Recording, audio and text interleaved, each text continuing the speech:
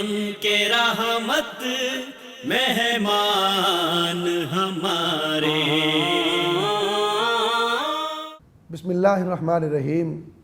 السلام علیکم ورحمۃ اللہ وبرکاتہ. ناظرین، آپ دیکھ رہے ہیں پروگرام مہمان ہمارے اور میں ہوں آپ کا میزبان بابر فاروق رحیمی.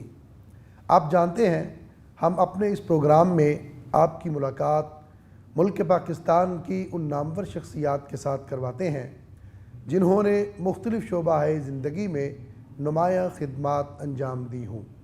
آج کے ہمارے اس پروگرام میں ہمارے مہمان ہیں جناب ڈاکٹر طاہر رضا بخاری صاحب، ڈائریکٹر جنرل ہیں محکمہ اوقاف پنجاب کے. قیمتی مصروفیات میں سے آج اپنا وقت نکال کے ہمارے لیے تشریف لائے. بہت شکریہ جناب ڈاکٹر صاحب کہ آپ پیغام ٹی وی کے اسٹوڈیو میں تشریف لائے. آپ کا شکریہ، اور میں بڑا فیل آنرڈ کہ مجھے اس قدر وسیع اور عظیم سیکریٹریٹ دیکھنے کا موقع ملا ماشاءاللہ. اور اس کے ساتھ ہمارے ہاں جو ایک پرسیپشن ہے وہ دینی اداروں کے حوالے سے ذرا مختلف ہے. ہم سمجھتے ہیں کہ جہاں کچھ پسماندگی ہوگی، کچھ پرانی چیزیں ہوں گی. تو مجھے آج یہاں اس مرکز میں آ کر یہ دیکھ کر بڑی خوشی ہوئی کہ ہمارے دینی ادارے جدید دور کے تقاضوں کو محسوس بھی کر رہے ہیں اور اس کے مطابق آگے بھی بڑھ رہے ہیں ماشاءاللہ. اور آج کے دور میں دین کی تبلیغ اور ترویج کے حوالے سے میڈیا کا بہت کلیدی کردار ہے. اس حوالے سے آپ کے جو مختلف چینلز کام کر رہے ہیں، میں نے اسٹوڈیوز آپ کی رفاقت میں دیکھے ماشاءاللہ. اور آپ کی جو مختلف ٹیمیں یہاں کام کر رہی ہیں میں نے ان کو دیکھا. اور بالخصوص آپ کا جو ریسرچ ونگ ہے یہ بہت اہم ہے. کنٹینٹ رائٹنگ جو ہے اس کو ایویلویٹ کرنا اور ایگزامن کرنا، یہ ہمارا جو روایتی میڈیا ہے وہ اس کو توجہ نہیں دیتا. صحیح بات. الحمدللہ آپ کے یہاں ایک باقاعدہ ریسرچ ونگ ہے جو ان ساری چیزوں کو دیکھتا ہے. تو میں اس سارے اہتمام پر آپ کے ادارے کو، آپ کی پوری مینجمنٹ کو، آپ کی وساطت سے آپ کے جو قائدین ہیں ان کو اپنی طرف سے، اپنے محکمے کی طرف سے ہدیہ تبریک اور ہدیہ محبت پیش کرتا ہوں. بہت شکریہ جناب ڈاکٹر صاحب. ڈاکٹر صاحب، اللہ پاک نے آپ کو ایک بہت بڑا منصب عطا کیا ہے. آپ جس عہدے پر ہیں ماشاءاللہ، ڈی جی پنجاب ہیں، محکمہ اوقاف ہے، یہ تمام مذہبی جماعتیں اور مذہبی معاملات آپ اس کو مینٹین کرتے ہیں. اللہ پاک نے آپ کو ایک بہت عزت سے نوازا ہے. لیکن سب سے پہلے ہم یہ جاننا چاہیں گے کہ آپ کا آبائی علاقہ کون سا ہے اور کہاں آپ پیدا ہوئے اور ابتدائی تعلیم آپ نے کہاں سے حاصل کی؟ میں عام روایتی انداز میں ہی، میرا یہ علاقہ بالکل قریب، ایک تو جڑم والا ہے اور دوسرا نارنگ ہے. میرا آبائی جو میری برتھ پلیس ہے وہ جڑم والا ہے. وہیں سے میں نے میٹرک کیا ہے، ایف اے بی اے وہیں سے کیا. ماسٹر میں نے پنجاب یونیورسٹی سے کیا اور ماسٹر کے ساتھ ہی پھر میں ریسرچ اسکالر پنجاب یونیورسٹی ہوا. اور پھر مجھے سیرت طیبہ پر ڈاکٹریٹ پہ کام کرنے کا موقع میسر آیا. میرا جو ٹاپک تھا وہ مواہب العلام فی فضائل سید الانام صلی اللہ علیہ وسلم تھا. تو جو پنجاب یونیورسٹی میں میرا قیام ہے وہ تقریباً 10 سال کا ہے ماشاءاللہ. اور مجھے اس عہد کے جو عظیم اساتذہ تھے جن میں بطور خاص جنہیں ہم استاد کبیر کہتے ہیں ڈاکٹر ظہور احمد اظہر، میں ان کی جو گائیڈنس تھی اس میں میں نے اپنے ڈاکٹریٹ کی. اور مجھے یہ اللہ تعالیٰ کا فضل اور کرم ہوا کہ میں نے بہت اوائل عمر میں 32 سال کی عمر میں نے ڈاکٹریٹ کر لی تھی. اور ہمارا پنجاب یونیورسٹی کا جب کانوکیشن ہوا تو میں نے اپنی ڈگری اپنے اساتذہ کے ساتھ ہی حاصل کی تھی. ماشاءاللہ. تو اس میں میں سمجھتا ہوں کہ یہ آپ کا جو ابتدائی طور پر گھر کا ماحول ہے یہ آپ کی گروتھ میں بہت ایک اہم کردار ادا کرتا ہے. عہد حاضر میں جو المیے ہیں ان میں یہ ایک میرا خیال ہے کہ بہت بڑا المیہ ہے کہ ہماری سوسائٹی کا مسجد سے اور مدرسے سے تعلق کمزور ہو گیا ہے. جس عہد میں نے گرو کیا ہے یا میرا جو بچپنا ہے، تو میری عہد کے جتنے بھی لوگ ہوں گے آج سے جنہوں نے 30 40 50 سال قبل اس پروسیس سے گزرے ہیں، تو انہوں نے شعور کی آنکھ جو ہے وہ گھر کے بعد 2 2.5 سال 3 سال کی عمر میں مسجد میں کھولی. بالکل ایسے ہی. اور وہ مسجد سپارہ پڑھنے جانا اور پھر وہاں کے خطیب امام مسجد اس کی چٹائیاں بچھانا، اذان دینے کی شوق پیدا ہونا، رغبت پیدا ہونا، قرآن اچھا پڑھنا، نعت رسول مقبول صلی اللہ علیہ وسلم یہ پڑھنے کا جذبہ پیدا ہو. اب یہ جو جسے ہم جدید دور کہتے ہیں اس میں یہ کنیکشن بہت ویک ہو گیا ہے. ہم بچے ہمارے اوور پروٹیکٹڈ ہو گئے ہیں. ہم مسجد میں بچوں کو بھیجتے نہیں ہیں, علامتی طور پر جمعے کے روز جاتے ہیں یا شاید کسی ایک آدھ نماز میں بھی چلے جاتے ہوں. یہ میں سمجھتا ہوں کہ شخصیت اور کردار سازی میں مسجد کا جو کردار آج سے 150 سال پہلے تھا, آج ہماری نئی جنریشن جو ہے وہ اس سے محروم ہے, جس کے سبب دین کا وہ ذوق اور شعور, دین کی طرف نئی جنریشن بہت زیادہ ہے لیکن ان کے اندر جو ڈیپتھ ہونی چاہیے دین کی, اس کے لیے ہمارے ان اداروں کا جو ایک کلیدی کردار اور رول ہے وہ تھوڑا جتنا ہونا چاہیے وہ میں سمجھتا ہوں وہ اس قدر نہیں ہے. اس کنیکشن کو بڑھانے اور مضبوط کرنے کی ضرورت ہے. جی ڈاکٹر صاحب, جس طرح آپ نے بتایا ماشاءاللہ کہ بچپن میں مسجد میں جانا اور پھر چٹائیاں بچھانا اور چٹائیوں پہ بیٹھ کے تعلیم حاصل کرنا, تو میرا خیال ہے کہ اس وقت اسکول کی تعلیم بھی زیادہ تر وہ چٹائیوں پہ تھی, ٹاٹ پہ تھی, اور ٹاٹ پہ بیٹھ کر پڑھنے والے لوگ آج بڑے بڑے مناصب پہ فائز ہیں. جی ایسے ہی ہے, جی بالکل ایسے ہی ہے. اور میں سمجھتا ہوں کہ ٹاٹ بھی شاید سینئر لیول پہ ملتے ہوں, ابتدائی طور پر تو ویسے ہی بیٹھتے تھے, ایسے گھر سے بوری لے کر جاتے ایسے ہی ایسے ہی, اور وہ بستے میں ہی کتابیں اور تختی وہ لکھنا.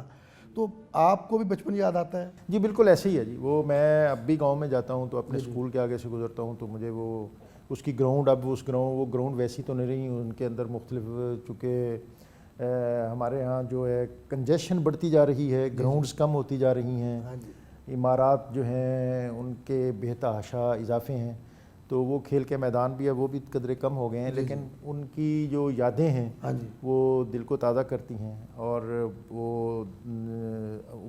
وہ اساتذہ جو ہیں بالخصوص ان کی جو ڈیڈیکیشن, جو کمٹمنٹ تھی وہ بہت زیادہ تھی. وہ بے لوس سردیوں میں 9 بجے اسکول شروع ہوتا تھا تو وہ 8 بجے ایک 0 پیریڈ لیتے تھے اور فری میں لیتے تھے. تو یہ ان کی کمٹمنٹ تھی اپنے کام کے ساتھ, اور ان کو اپنے اسٹوڈنٹس سے اس کے علاوہ کوئی غرض نہیں ہوتی تھی کہ یہ میرا اسٹوڈنٹ ہے. جی صحیح بات, کہاں سے ہے, کیوں ہے, اس سے نہیں. تو وہ یہ چیزیں جو ہیں یہ اس عہد کی بڑی دلوں کو تازگی دیتی ہیں. اور پھر میں سمجھتا ہوں کہ جو گھروں کے اندر ہمارے پیرنٹس تھے, والدین تھے, وہ اس دور میں سادگی تھی, اور اس سادگی میں موسم گھروں کے اندر داخل ہوتے تھے. اب تو یہ ہے کہ آپ سردیوں کے اندر کمرے گرم ہیں اور موسم باہر سے گزر جاتے ہیں, اور گرمیوں کے اندر جو ہیں وہ کمرے سرد ہیں, پتہ نہیں سورج کس وقت طلوع ہوتا ہے اور کس وقت تو. اور جو میں سمجھتا ہوں کہ اس دور میں عہد میں جو مائیں تھیں وہ گھروں کے اندر جو فجر کا اہتمام کرتی تھیں وہ بہت اہم تھا. خود قرآن پاک کی تلاوت کرتی تھی, اور ہمارے گھر میں جو صبح کا آغاز ہوتا تھا وہ ہم نے اپنی والدہ کی قرآن کی آواز جو تھی وہ, اور بہت بچپنے میں اوائل میں ظاہر ہے ایک آپ میں بچپنا بھی ہوتا ہے, سستی بھی ہوتی ہے, نماز کی طرف اس طرح شاید رغبت نہ ہوتی ہو. تو ہماری والدہ جو ہیں اللہ ان کے درجے بلند کرے, تو میں سوچتا ہوں کہ وہ ہم نماز کے حوالے سے بڑی ترغیب دیتی تھی اور پابند بھی تھی, بلکہ قدر سختی کرتی تھیں.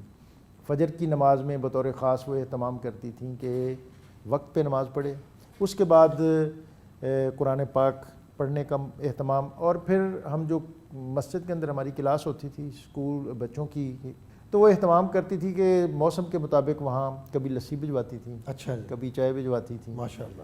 تو یہ آج میں سمجھتا ہوں کہ ہمارے والدین اس عہد کے جو ہیں اپنی نسل کے حوالے سے وہ اتنے بیدار نہیں ہیں. ان کو بڑا مشکل ہوتا ہے, پہلے تو خود اٹھنا بڑا مشکل ہوتا ہے, پھر آپ خود اٹھ بھی جائیں تو شاید اپنے بچوں کو اٹھانے کی کالج چھوڑ کے آ رہا ہے, اسکول چھوڑ کے آ رہا ہے, پتہ ہی نہیں ہے. یہ جو اسکول اور پرائیویٹ یہ جو ایجوکیشن ہے اس کا تو اہتمام ہے جی, لیکن جو ہمارے دینی اقدار ہیں ان کا اہتمام نہیں ہے. یہ بڑا المیہ ہے اس کے دور کا. صحیح بات. ڈاکٹر صاحب جس طرح آپ نے ماشاءاللہ یادیں تازہ کی ہیں اپنی بچپن کی, اور بڑی خوبصورت یادیں ہیں یہ, میں تھوڑی اور اس میں شیئر کر دوں. میں ہاکی کھیلتا تھا. اچھا. تو اسکول بھی ہمارا پاس تھا.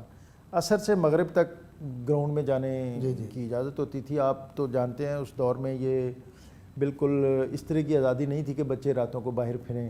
سوال ہی پیدا نہیں ہوتا. جو والد محترم ہوتے تھے وہ ان کی بڑی گرپ اور ان کی مانیٹرنگ بڑی سخت, اور غروب آفتاب کے بعد واپسی لازم ہوتی تھی. تو ہماری مغرب کی حاضری جو ہے والد گرامی مسجد میں لگاتے تھے. ماشاءاللہ. کہ جی آپ نے مغرب کی نماز تک اپنی سپورٹس سے گراؤنڈ سے فارغ ہو کے مسجد میں پہنچنا ہے، اور ہماری اس میں بھاگ دوڑ کر کے کوشش کر کے ہم ان کی موجودگی تک مسجد میں پہنچ جاتے تھے.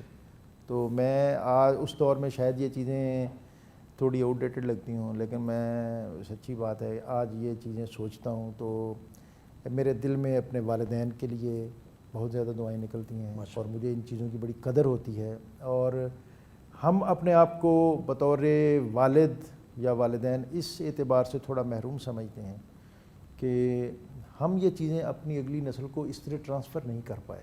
صحیح بات ہے. کلچر تبدیل ہو گیا، ماحول بدل گئے.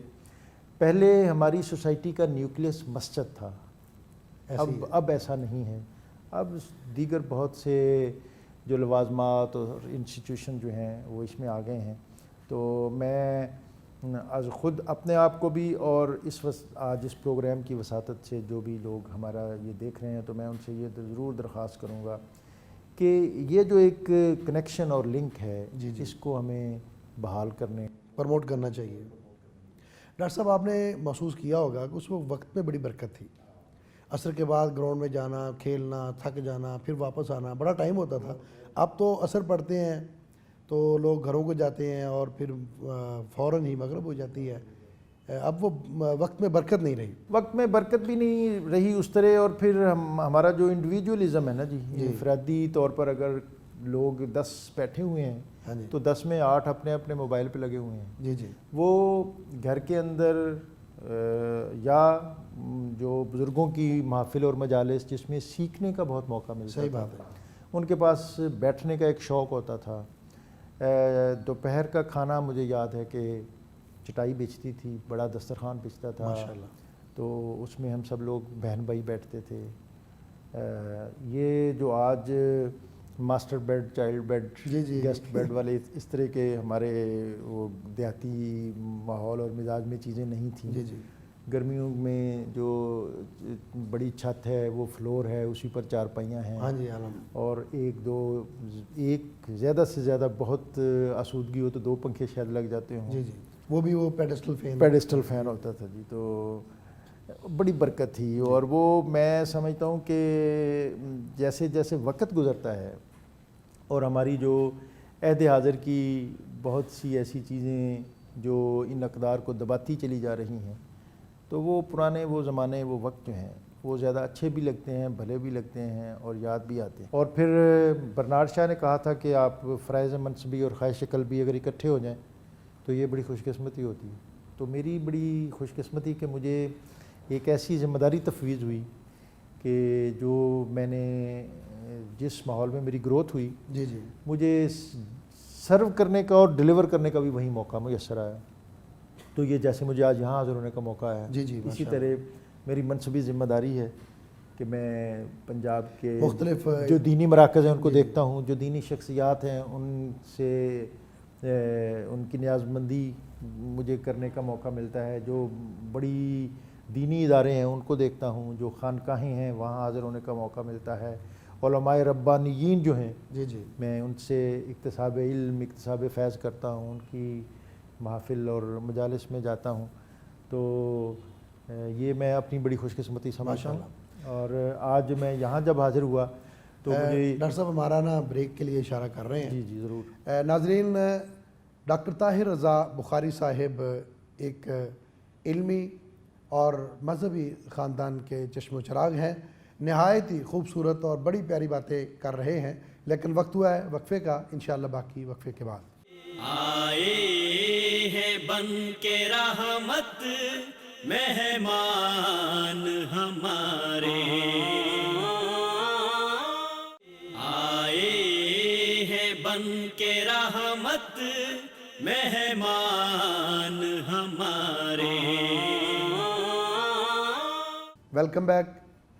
ناظرین، وقفے پر جانے سے پہلے ہم آپ کی ملاقات کروا رہے تھے ملک پاکستان کی ایک عظیم شخصیت، عظیم دانشور، عظیم اسکالر اور محکمہ اوقاف صوبہ پنجاب کے ڈائریکٹر جنرل جناب ڈاکٹر طاہر رضا بخاری صاحب سے. ان کے ذاتی احوال کو جانا اور ابھی ان سے بات کی اور بہت ساری باتیں رہتی ہیں. آئیے دوبارہ ملتے ہیں. جی ڈاکٹر صاحب آپ فرما رہے تھے کہ آپ مختلف دینی اداروں میں جاتے ہیں، دینی مراکز میں جاتے ہیں، دینی شخصیات سے ملتے ہیں، خانقاہوں میں آپ تشریف لے جاتے ہیں، تو آج آپ یہاں پیغام اسٹوڈیو میں بھی آئے. میری بڑی یہ خواہش ہے جی اور تمنا بھی ہوتی ہے کہ ہمارے دینی ادارے جو ہیں یہ گرو کریں، مضبوط ہوں، مستحکم ہوں. ہماری دینی شخصیات جو ہیں یہ سوسائٹی کے اندر مضبوط جو ان کا کردار ہے، اپنے جو ان کی کنٹریبیوشن ہے ویسی ہو، اور الحمدللہ ہے. اسی لیے یہ جتنی کوئی الہاد کی کہیں یلغار ہے، کہیں یورپ کی یلغار ہے، کہیں ہمارے اپنی سوسائٹی کے بہت سارے مفاسد ہیں، اس کے باوجود مجموعی طور پر ہماری سوسائٹی کی جو اس کا جو تاثر اور تصور ہے الحمدللہ وہ بہت اچھا ہے. تو اس کا جو کریڈٹ ہے وہ بلا شبہ ہمارے انہی دینی اداروں کو ہے، دینی شخصیات کو ہے. اور یقیناً یہ خطہ جو ہے، یہ ارض پاک جو ہے، یہ انہی جذبوں اور ولولوں کی امین ہے، اور انہی کو آگے بڑھانے کے لیے یہ اللہ تعالیٰ نے ہمیں عطا کیا. ایسے ہی ہے بے شک. ڈاکٹر صاحب آپ محکمہ اوقاف پنجاب کے ڈائریکٹر جنرل ہیں، تو بنیادی طور پر اس محکمے کی ذمہ داریاں کیا ہیں؟ یہ جیسا کہ اوقاف آپ نام سے ہی واضح ہے، اوقاف وقف سے ہے، اور وقف جو ہے یہ ہماری اسلامی سوسائٹی کا ایک بہت بیسک کمپوننٹ ہے. از خود عہد رسالت مآب صلی اللہ علیہ وسلم نے حضرت عثمان غنی رضی اللہ تعالیٰ عنہ آپ نے بہت سی چیزیں اسلامی ریاست کے لیے وقف کی، اور ان کے اپنے عہد کے اندر بہت سے امور ایسے تھے. اور آج بھی جو وقف ہے ایک وہاں اس نوعیت کا موجود ہے، جس میں مدینہ پاک میں جس میں اس روایت کا تسلسل ہمیں موجود ہے. تو بر صغیر کے اندر جو ایک یہاں کا سسٹم تھا وہ بنیادی طور پر اس وقف کے ساتھ ہمارا ایجوکیشن اور ریلیجس دینی اور تعلیمی اور تدریسی نظام کی جو ریڑھ کی ہڈی تھی وہ یہ وقف کا سسٹم تھا. اس عہد میں آج سے 500 یا 1000 سب قبل جو سلاطین کا دور تھا، تو اس میں ہمارا جو تعلیمی نظام تھا یہ مساجد کے ساتھ وابستہ تھا، یا ایک ریلیجس انسٹیٹیوشن کے ساتھ مسجد ہوتی تھی، یا مسجد کے ساتھ یہ ریلیجس انسٹیٹیوشن ہوتا تھا. اور وہیں سے آپ جانتے ہیں کہ ہماری جو مولوی فاضل، عربی فاضل، ادیب عربی وغیرہ یہ ساری ڈگریاں ہوتی تھیں. اور یہی تو یہ وقف جو ہیں یہ اس میں مختلف پراپرٹیز ہیں. پھر انگریز دور میں آ کر اس میں ایک تبدیلی آ گئی، اور اس نے وقف جو ہیں ان ہمارے دینی اداروں سے چھین کر ایک پیرلل ایجوکیشن سسٹم بنا دیا. تو اس وقف کو مینیج کرنے کے لیے ایک اس عہد میں وقف آرڈیننس آیا، اور پھر اس کے بعد ایوب عہد میں 1970 میں وقف پراپرٹی آرڈیننس آیا، جس کے تحت مساجد، مدارس، خانقاہیں، مزارات ان کو مینیج کرنے کے لیے گورنمنٹ نے ایک ریگولیٹری سسٹم بنایا. صحیح. تو اب پنجاب کے اندر بالخصوص جو بڑے بڑے مزارات ہیں، بڑے بڑے جو دینی ادارے ہیں، جو بڑی بڑی خانقاہیں ہیں، ان کو گورنمنٹ مینیج کرتی ہے. ان کی انکم سے وہاں جو ان صوفیاء اور علماء اور دین اسلام کی ترویج اور تبلیغ کے جو اہتمامات ہیں ان سب کو یقینی بناتی ہے. پنجاب کی سطح پر اس کے لیے ایک سیکریٹریٹ ہے جسے ہم ایوان اوقاف کہتے ہیں. صحیح. اور تقریباً 500 مساجد ہیں، 500 مزارات ہیں. ان کی جو 1000 کی ماسک اسٹیبلشمنٹ ہے، جس میں گریڈ 2 سے لے کر گریڈ 18 تک کے اسٹاف ہے، خطاب ہے جی، خطیب ہیں، علماء ہیں، مؤذن ہیں، مدرس ہیں. پورا اسٹاف ہے، پورا اسٹاف ہے، پورا ایک سسٹم ہے اور پورا ایک سیٹ اپ ہے، ایک پوری ریگولیٹری اتھارٹی ہے. ماشاءاللہ. تو اس کے ساتھ جو اسلامائزیشن، مدرسہ ایجوکیشن اور سیرت طیبہ کی ترویج، قرآنی افکار اور علوم، اس کا ابلاغ، تو یہ ان ساری چیزوں کو بھی سرکاری سطح پر مینیج کرنا، اس کو فردر ایکسپینڈ کرنا، اس کی توسیع وغیرہ، یہ سارے اس کے دائرہ کار میں. جی ماشاءاللہ. ڈاکٹر صاحب جس طرح آپ نے بتایا کہ یہ مختلف جو خانقاہیں، مساجد، مدارس اور مزارات ہیں ان کی نگرانی اور دیکھ بھال، تو مختلف مکاتب فکر کے ساتھ آپ کا رابطہ رہتا ہے. اتحاد بین المسلمین اور اتحاد بین المسالک کے لیے بھی پھر اس محکمے کی خدمات ہوں. ہاں، یہ آپ نے بڑی اچھی بات کی ہے، اور میں سمجھتا ہوں کہ یہ اس عہد کی بہت بڑی ضرورت ہے. اور آپ کو یہ جان کر اور ہمارے ناظرین کو جان کر بھی یہ خوشی ہوگی کہ پاکستان کے اندر اتحاد امت اور اتحاد بین المسلمین کے حوالے سے جو سرکاری سطح پر سب سے بڑا انسٹیٹیوشن ہے وہ پنجاب اوقاف کے پاس ہے ماشاءاللہ. اور الحمدللہ ہماری یہ اس کی اسٹرینتھ تقریباً 100 علماء کی ہے، دینی شخصیات کی ہیں. جتنی مسالک اور ان مسالک کی اکابر اور نمائندہ شخصیات ہیں جی جی وہ ہمارے اس اتحاد بین المسلمین سیکریٹریٹ کے ساتھ وابستہ ہیں. ماشاءاللہ. ہم ان کو زحمت دیتے ہیں، ان سے رہنمائی لیتے ہیں اور از خود ہمیں ان کے پاس جانے کا موقع ملتا ہے. اور محرم الحرام میں چونکہ نئے سال کا اسلامی سال کا آغاز ہو رہا ہوتا ہے تو اس میں اس چیز کو زیادہ محسوس کیا جاتا ہے کہ تمام مسالک اور مکاتب کے لوگ اکٹھے ہوں. چنانچہ ابھی کوئی اس مہینے کے آغاز میں جب کہ محرم بھی شروع ہو رہا تھا تو ایوان وزیر اعلیٰ میں تمام مکاتب کے علماء کو وہاں اکٹھا کیا گیا اور چیف منسٹر پنجاب نے ان کے ساتھ ایک بہت بڑی میٹنگ کی ان کی باتیں سنی، اپنی سنائیں. تو یہ کا پیغام گیا. تو یہ آج خود میں سمجھتا ہوں کہ علماء کا اکٹھا بیٹھنا، جب آپ سکرین پر میڈیا کے ذریعے، اخبارات کے ذریعے تمام مسالک کے علماء کو، دیوبندی، بریلوی، شیعہ اہل حدیث کو کندھے سے کندھا ملا کے بیٹھا خوشگوار انداز میں دیکھتے ہیں جی جی تو از خود یہ ایک امن اور محبت اور اتحاد کی علامت ہوتی ہے اور اس کے اندر ایک بہت بڑا میسج ہوتا ہے. جی جی. تو یہ اس اہتمام کو علامتی سطح پر نہیں بلکہ انٹلیکچوئل لیول پر، فکری اور فنی سطح پر اس کا گورنمنٹ کے بہاف پہ اوقاف اہتمام کرتا ہے. اور اتحاد بین المسلمین کمیٹی پنجاب یہ ایک بڑا وسیع فورم ہے.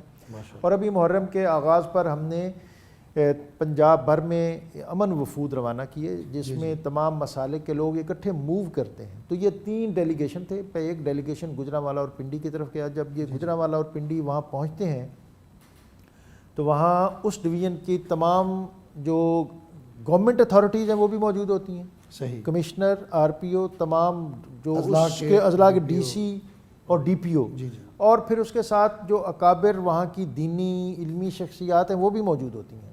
اور ایک گرینڈ جرگہ ہوتا ہے جی جی اور جس میں اس ڈویژن کے اگر کوئی مسائل ہیں تو وہ بھی زیر بحث آتے ہیں اور جو امن محبت اور رواداری کا پیغام جانا ہوتا ہے وہ بھی جاتا ہے. اور ایک بہت بڑی گیٹ ٹوگیدر، سارے مسالک بیٹھتے ہیں مل کے، اس میں خوشگوار اور نشست ہوتی ہے. جی جی.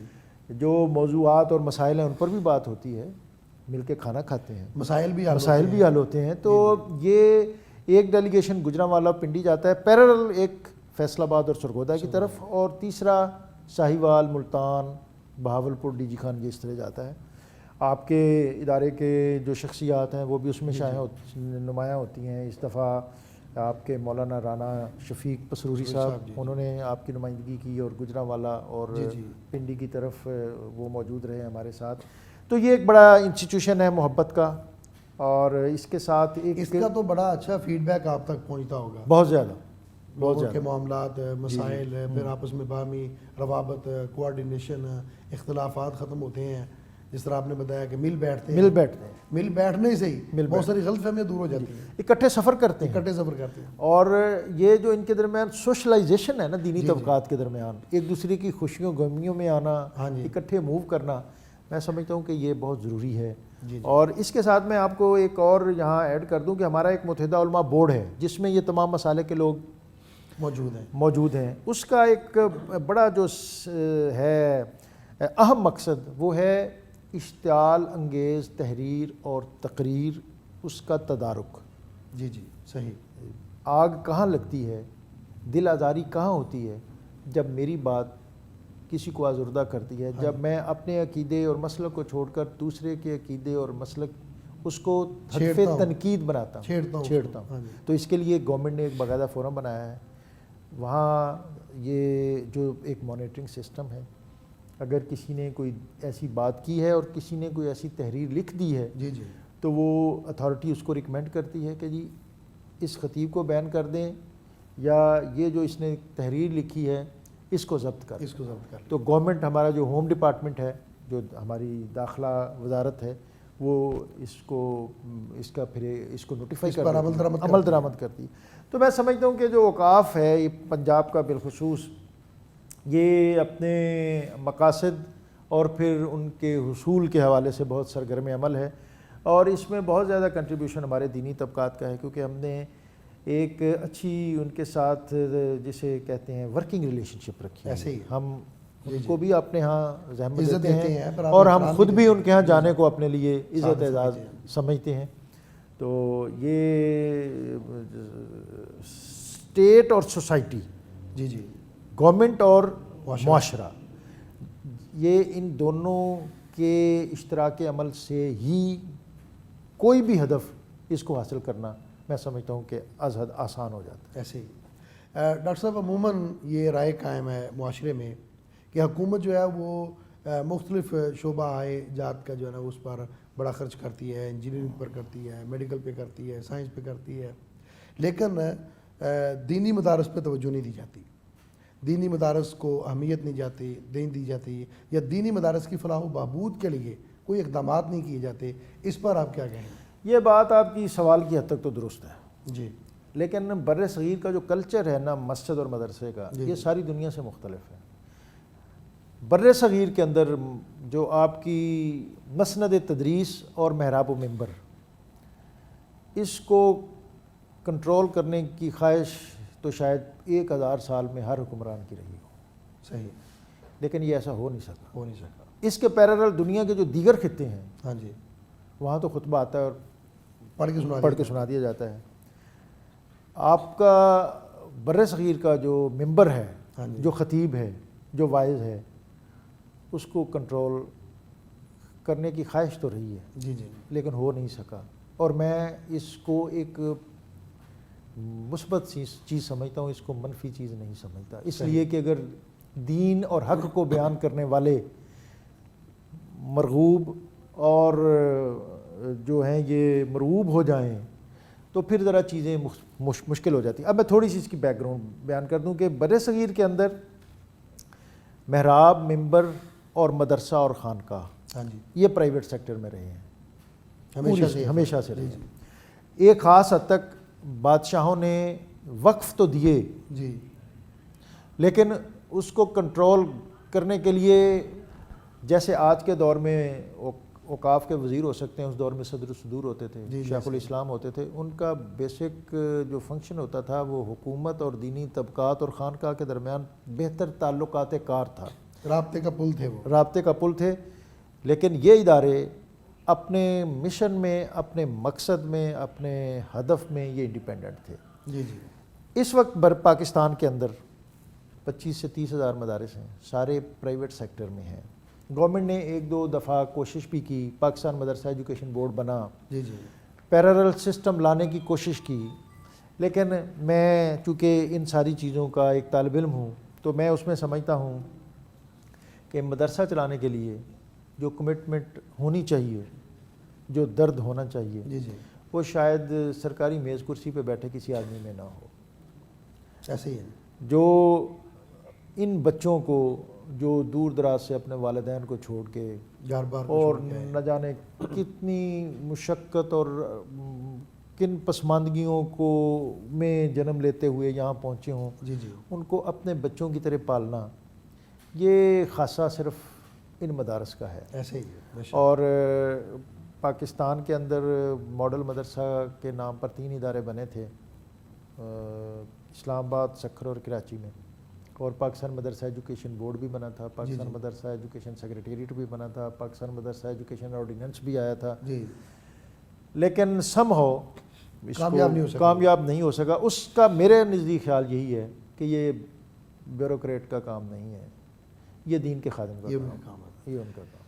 جناب ڈاکٹر طاہر رضا بخاری صاحب ہمارے ساتھ موجود ہیں، بڑی ہی عمدہ اور دلچسپ گفتگو فرما رہے ہیں۔ وقت ہوا وقفے کا، انشاءاللہ باقی وقفے کے بعد۔ آئے ہیں بن کے رحمت مہمان ہمارے، آئے ہیں بن کے رحمت مہمان ہمارے۔ ویلکم بیک ناظرین، وقفے پر جانے سے پہلے ہم آپ کی ملاقات کروا رہے تھے محکمہ اوقاف پنجاب کے ڈائریکٹر جنرل معروف دانشور اسکالر جناب ڈاکٹر طاہر رضا بخاری صاحب سے، آئیے ان سے مزید کچھ جانتے ہیں۔ ڈاکٹر صاحب، آپ نے جس طرح بھی مدارس کی بات کی ہے تو طلباء کی بات کی ہے، ہمارا نوجوان مجموعی طور پر وہ دین سے دور ہو رہا ہے، اس کی کیا وجہ ہے؟ اچھا، میرا ویسے خیال یہ اس سے ذرا مختلف ہے۔ اچھا، وہ شاید اس کی ڈیپتھ تو دین میں نہ ہو، جی جی، لیکن آج اگر آپ مساجد میں دیکھیں تو کسی دور میں، اگر میں آج سے 40 سال پہلے کی بات کروں تو مساجد ماجگاہ ہوتی تھی ریٹائرڈ لوگوں کی، جی جی، کہ عمر کے آخری حصے میں اب اور کوئی کام نہیں ہے۔ الحمدللہ آج آپ کو مساجد میں اور ہر مسجد میں جی، نوجوانوں کی بڑی اکثریت نظر آئے گی۔ اور کسی دور میں تو مساجد میں کوئی جین پہنے میں اگر گھس جاتا تھا نا تو وہ لوگ اس کو دیکھ کے ہی گھور کے ہی بھگا دیتے تھے۔ جی، تو الحمدللہ میں سمجھتا ہوں کہ دین کی طرف نوجوان نسل کی بڑی رغبت ہے۔ ہاں، ان کے آج سوال ان کے یہاں دین کے حوالے سے بہت زیادہ ہیں۔ نوجوان نسل جو ہے اس کو اور ہمارے دینی طبقات کو بہت زیادہ چیلنجز ہیں۔ ان میں ایک چیلنج الحاد کا ہے، جی، کہ ہمارے ہاں جو ایجوکیشن سسٹم چل رہے ہیں، جہاں میرے اور آپ کے بچے جا کے پڑھتے ہیں، وہاں ایک الحاد کے حوالے سے ہماری جو کنسیپشن ہے وہ یورپ کی ہے۔ ان کے اندر جو جنریشن گرو کر رہی ہے ان کے اندر بھی ایک غالب اکثریت ایسی ہے جن کے اندر ملحدانہ تصورات فروغ پا رہے ہیں، جی جی، جن کو ایڈریس کرنا کسی بھی دینی طبقے کی پریارٹی نہیں ہے۔ میں بڑی کیٹیگوریلی یہ بات کر رہا ہوں۔ صحیح، بڑی وضاحت کے ساتھ کی آپ نے۔ ہماری بھی ترجیح کیا ہے دینی طبقے کی؟ جی، اپنے مسلکی عقائد کا دفاع، پرچار، اپنے جو ایک خاص دائرہ فکر و عمل ہے اس کی ترویج، تدریس، تبلیغ۔ جی جی، بین الاقوامی سطح پر ہمیں کیا چیلنجز درپیش ہیں، صحیح ہے، ہماری نسل نو کو کیا چیلنجز درپیش ہیں، ان کے ذہن میں کیا سوالات انگڑائیاں لے رہے ہیں، پنپ رہے ہیں، اٹھ رہے ہیں۔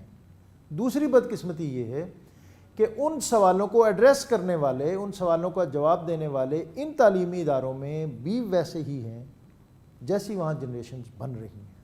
تیسرا یہ ہے کہ وہاں جو سلیبس ہے ہاں جی، وہ بھی اسی نوعیت کا ہے۔ تو ایک تو یہ بہت خطرناک بات ہے، جس کو جب ایک بچہ اس کو کتاب باہر کی آئے گی، جی جی، پڑھائے گا، وہ جو ہے تو لوکل، لیکن فکر اس کی باہر کی ہے۔ جی، یعنی باہر سے مراد یہ ہے کہ اس کو مغربی دین فکر کے حوالے سے کوئی رسوخ نہ دلچسپی ہے۔ صحیح بات۔ تو اس سلیبس اسٹوڈنٹ اور جو کلچر ہے ہمارے ان گرامر سکولوں کے اندر، جہاں میں اور آپ اپنے بچوں کو چھوڑنے کے بعد مطمئن ہو کے گھر آ جاتے ہیں یہ سمجھتے ہوئے کہ یہ ایک محفوظ علمی یا تدریسی ماحول میں ہیں، تو ایسا نہیں ہے۔ تو میں سمجھتا ہوں کہ اس حوالے سے والدین، اساتذہ، ہماری لیڈرشپ، ہماری ریلیجس لیڈرشپ، ان کو بہت زیادہ توجہ دینے کی ضرورت ہے۔ ہمیں یہ دیکھنا چاہیے ہمارے بچے اسکولوں میں کیا پڑھ رہے ہیں، ہمیں ان کے ساتھ تھوڑا اپنا ٹائم گزارنا چاہیے، اور ان کی جو ایکٹیویٹیز ہیں ان کو بھی دیکھنا چاہیے۔ جی جی، اور بدقسمتی یہ ہے کہ وہ ایکٹیویٹیز جو ہیں وہ ہماری دینی اور یہاں کی جو لوکل اقدار ہیں ان سے میچ بھی نہیں کرتے۔ ایسے ہی ہے۔ تو یہ چیلنجز ہیں۔ اس کے باوجود میں سمجھتا ہوں کہ جو ہمارے نئی نسل ہے ان کے اندر دین سیکھنے کا، دین کی طرف بڑھنے کا بہت جذبہ ہے، لیکن ہم انہیں بہت سارے فورمز اور امور پر پوری طرح مطمئن نہیں کر پا رہے۔ ہم انٹلیکچوئل لیول پر اتنے اسٹرانگ نہیں ہیں۔ ہمارے اسکالرز بہت کم ایسے ہیں جی جی، جو ان اداروں میں جا کر بات کر سکیں، ان کے سوالات کے جواب دے سکیں، اور پھر ان کے لیول پہ جا کے ان کے لیول پہ جا کے۔ لینگویج بہت بڑا بیریئر ہے، کلچر بہت بڑا بیریئر ہے۔ جی جی، لیکن میرا یہ سم ہو یہ خیال ہے کہ جہاں بھی کہیں رمق ہے، روشنی ہے، تو امید ہے، وہاں یہ چیزیں پازیٹیوٹی ہے، مثبت ماحول ہے، وہاں دین اور دین کی طرف رغبت اور دین کی طرف میلان نسل نو کا وہ پوری طرح موجود ہے. اس کو پراپر ایڈریس کرنے کی ضرورت ہے. اور میں آج اس پروگرام کی وساطت سے صرف آپ کو نہیں، ساری جو ریلیجس لیڈرشپ ہے، پوری امت مسلمہ کی جو دینی قیادت ہے، میں ان سب سے یہ بڑی درد مندی اور دل سوزی سے یہ کہہ رہا ہوں کہ اپنے اپنے گراؤندوں کی بھی حفاظت کریں، لیکن اس مرکز کی بھی حفاظت کریں جس کے سبب یہ ہمارے چھوٹے چھوٹے مراکز یہ آباد ہیں. صحیح بات. ڈاکٹر صاحب اس طرح آپ نے بھی کیا، نوجوانوں کی بات کہ الحمدللہ ان کے اندر دین کا جذبہ موجود ہے، سیکھنے کا موجود ہے، اور الحمدللہ میں نے یہ فیل کیا کہ آپ پر امید ہیں کہ انشاءاللہ ہمارے نسل کا مستقبل دین کے حوالے سے انشاءاللہ روشن ہوگا. روشن ہے، محفوظ ہے اور روشن ہے. لیکن اس کے ساتھ ساتھ ڈاکٹر صاحب ایک تو ہمارے معاشرے میں سماجی برائیاں وہ عام ہوتی جا رہی ہیں. آپ پرائیویٹ کالجز کو دیکھ لیں، سرکاری یونیورسٹیز کو دیکھ لیں، نشے کا استعمال ہے، منشیات کا، اور دوسری بہت ساری سماجی برائیاں ہیں. پھر اس کے ساتھ ساتھ معاشرے کے اندر بھی عمومی طور پر برائیاں بہت تیزی کے ساتھ بڑھ رہی ہیں. آپ اس کا کیا حل ڈھونڈتے ہیں؟ میں تو جی بہت میرا یہ بڑی کنسیڈرڈ اوپینین ہے کہ جو پیرنٹس ہیں ان کی بہت زیادہ ذمہ داری ہے. جی. جو گھر ہے یہ بہت بیسک انسٹیٹیوشن ہے، اور اقبال جو ہیں وہ انہوں نے تو امت کی ماں کو بہت زیادہ ایڈریس کیا تھا. انہوں نے کہا تھا کہ ہزار امت بمیرت تو نہ میری، کہ قوم کی بیٹی ماں، جی میں تجھے ایک بات کہتا ہوں، وہ بات مان لے. قومیں اور سوسائٹیاں اور دنیا خلط ملط ہو جائے گی، جی، لیکن تیری عزت عظمت کا پرچم ہمیشہ سربلند رہے گا. بطول باش و پنہا شو عظیم عصر، کہ وہ طرز عمل اپنا جو سیدہ فاطمۃ الزہرا نے اپنایا تھا، تو پھر تیری گود میں بھی حسن اور حسین جیسے شہزادے گرو کریں گے، پروان چڑھیں گے. تو بنیادی بات یہ ہے کہ جو والدین ہیں، میں سمجھتا ہوں کہ ان کی بڑی ذمہ داری ہے، انہیں اپنے بچوں کی رفاقتوں پر، ان کی صحبتوں پر، ان کے امور پر نظر رکھنی چاہیے. اب نظر وہ تب رکھیں گے جب وہ خود صاحب کردار ہوں گے. ایسے ہی. تو یہ دو طرفہ چیزیں ہیں. تو بہت زیادہ ذمہ داری آج والدین کی ہے. والدین یہ سمجھتے ہیں کہ ہم ان کو دنیا کی جو آسائشیں ہیں وہ فراہم کر رہے ہیں، ہماری شاید یہی ذمہ داری ہے، حالانکہ یہ اس کا ایک حصہ ہے. اصل چیز ان کی تربیت ہے، اور ان کو دین کے ساتھ جوڑ کے رکھنا ہے، ان کو اپنی اقدار ٹرانسفر کرنی ہے، اور ان کو اس خاص روڈ میپ پہ دینا ہے جس پر چل کر وہ خاندان کے لیے، سوسائٹی کے لیے ایک مفید فرد اور شہری بہترین شہری بن سکے. ڈاکٹر صاحب ابھی آپ نے نوجوان نسل کی بات کی اور ان سماجی برائیوں کی بات کی، لیکن ہم دیکھتے ہیں کہ یہ میڈیا کا دور ہے. جس طرح آپ نے ابھی کچھ دیر پہلے فرمایا کہ ہر بندہ اپنے اپنے ہاتھ میں موبائل لے کے بیٹھا ہے، قریب والے دور ہو گئے ہیں، دور والے قریب ہو گئے ہیں.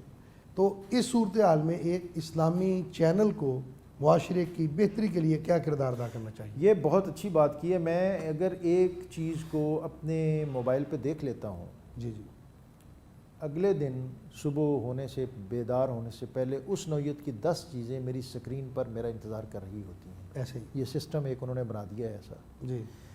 تو اس میں جیسے میں نے یہاں دیکھا کہ ایک آپ کا ریگولر چینلز کے ساتھ جو سوشل میڈیا ٹیمز ہیں وہ بہت ایکٹیو ہیں. تو میرے سے مراد اس امت کے ہر فرد تک اچھی بات پہنچانے کے لیے دین کے حوالے سے جو بھی اچھے کام کر رہے ہیں ان کو آج اسی طرح سرگرم عمل رہنے کی ضرورت ہے. قرآن اور سنہ اور نبی صلی اللہ علیہ وسلم کا اسوہ، اس کی ترویج اور تبلیغ اس کی ازحد ضرورت ہے. اس کے لیے وہ اپنے میڈیا سینٹرز بنائیں، جی. اپنے سوشل میڈیا ایکٹیویٹیز جو ہیں ان کو اسٹرانگ کریں. میڈیا جو ہے یہ ڈیجیٹلائزیشن کی طرف جا رہا ہے، اور اس سیکٹر میں اپنے آپ کو اسٹرانگ کریں، مضبوط کریں، تاکہ میں اور میرے جیسا کوئی بھی فرد جب صبح اٹھے اور اپنے موبائل کو آن کرے جی تو مجھے وہاں سب سے پہلے دیکھنے کے لیے کوئی ایسی چیز ملے جو میری صبح کو نور آفریں کر دے اور میرے لیے اس کے اندر زندگی کا، حیات کا، دین کا، مذہب کا ایک اچھا میسج اور ایک اچھا پیغام ہو۔ اب وہ جمعے کے خطبے جو ہیں وہ اب اس کے درمیان بہت فاصلے ہو گئے ہیں۔ آج تو ہر لمحے جب آپ اپنی کیونکہ آج انسان کی سائیکی ایک نئے مرحلے میں داخل ہو گئی ہے کہ ہر 4-5 منٹ کے بعد آپ کی انگلیاں جو ہیں نا یہ بےتاب ہوتی ہیں اور آپ اپنے موبائل کو کھولتے ہیں اور دیکھتے ہیں اور بلا سبب کھولتے اور دیکھتے ہیں۔ جب میں اپنے موبائل کو بلا سبب کھولوں اور اس کو دیکھوں تو وہاں مجھے کوئی اچھی چیز میرے لیے وہاں موجود ہو جو میرے لیے روشنی اور نور اور رہنمائی اور ہدایت کا، جس کے اندر پیغام موجود ہے۔ اور ویسے بھی ڈاکٹر صاحب جو الحاد ہے، سیکولرزم ہے، لبرلزم ہے، نیشنلزم ہے، ان کے جو سوالات ہیں یا ان کو ایڈریس کرنے کی ضرورت اور ان کے تدارک کی ضرورت ہے۔ ان کے لیے ہمیں جو کہتے ہیں آج کی زبان میں کہ ایک مضبوط اور مستحکم بیانیہ اس کو ڈیولپ کرنے کی ضرورت ہے۔ کاؤنٹر نیریٹو جو ہے اس کو جنریٹ کرنے کی ضرورت ہے۔ اور جیسے میں نے یہاں دیکھا کہ محققین بیٹھے ہیں بغیر تحقیق کوئی بات نہیں ہے، اور پھر سوشل میڈیا پر جو مختلف سوالات آپ تک آ رہے ہیں ان کو ایڈریس کیا جا رہا ہے۔ تو یہ ہمیں اپنے چھوٹے چھوٹے جو حدود و قیود ہیں ان سے اوپر آ کر ہمیں امت کا اور دین کا اور پوری ملت کا سوچنا چاہیے اور درد مندی اور دلسوزی کے ساتھ آگے بڑھنا چاہیے۔ ڈاکٹر صاحب آپ نے بھی امت کی بات کی ہے، اس وقت امت جو ہے وہ اپنی عظمت رفتہ کھو بیٹھی ہے، اس کو ہم کیسے بحال کر سکتے ہیں؟ اس میں تو یہی سمجھتا ہوں کہ ہمیں جو اپنی کمٹمنٹ اور وابستگی ہے قرآن اور صاحب قرآن، اس کے ساتھ مضبوط کرنے کی ضرورت ہے۔ ہمارے گھروں میں ہماری صبح جو ہیں اگر قرآن کے زمزموں سے نور بکھیریں گی اور ہمارا قلب و نظر اس سے آراستہ ہوگا تو، اور نبی اکرم صلی اللہ علیہ وآلہ وسلم کے ساتھ ہماری وابستگی مضبوط ہوگی، ان کا اسوہ اس کو ہم اپنی عملی زندگی میں اپنانے کی کوشش کریں گے، نافذ کریں گے، تو پھر آگے کی منزلیں بہت آسان ہیں۔ ڈاکٹر صاحب اس وقت پیغام ٹی وی کے لاکھوں ناظرین آپ کو دیکھ رہے ہیں، ان کے لیے کوئی اپنا پیغام جاری فرمائیں۔ بس یہ جو بات میں نے پہلے کہی ہے وہ اسی کو دوبارہ دہراتا ہوں، اور قرآن پاک کے ساتھ میں درخواست کروں گا کہ آپ کے گھر کے اندر جہاں اور بہت سے لوازمات رکھے ہوئے ہیں وہاں قرآن پاک ترجمے کے ساتھ اور سیرت طیبہ کی کوئی ایک کتاب جو بھی آپ کو اچھی لگے، قرآن پاک کی آیات ایک معمول بنا لیں، ترجمے کے ساتھ پڑھنے کی کوشش کریں اور سمجھ کر پڑھنے کی کوشش کریں، اور پھر اسوہ رسول صلی اللہ علیہ وسلم اس کے لیے کوئی سیرت طیبہ کی ایک کتاب، اس کا 1-1.5 صفحہ پڑھیں، اور اگر اللہ توفیق دے گھر میں سارا خاندان صرف 10 منٹ کے لیے اکٹھا ہو جائے اور بیٹھ کے پڑھ لے، اجتماعی مطالعہ کر لے، تو پھر اس کی برکات دینی اعتبار سے ہی نہیں دنیاوی اعتبار سے بھی بہت زیادہ ہو انشاءاللہ۔ بہت شکریہ جناب ڈاکٹر طاہر رضا بخاری صاحب، ڈائریکٹر جنرل محکمہ اوقاف صوبہ پنجاب، آج ہمارے ساتھ موجود تھے۔ میں ان کا ایک بار پھر شکریہ ادا کرتا ہوں کہ وہ اپنی بہت ساری مصروفیات میں قیمتی وقت نکال کر آج ہمارے پیغام ٹی وی میں کے اسٹوڈیو میں تشریف لائے اور ناظرین کے لیے تشریف لائے۔ ہمارے اس پروگرام کا وقت ختم ہوا، ہمیں اگلے پروگرام تک کے لیے اجازت دیجیے، اللہ حافظ۔ آنگن میں جیسے اترے ہیں چاند ستارے، آئے ہیں بن کے رحمت مہمان ہمارے۔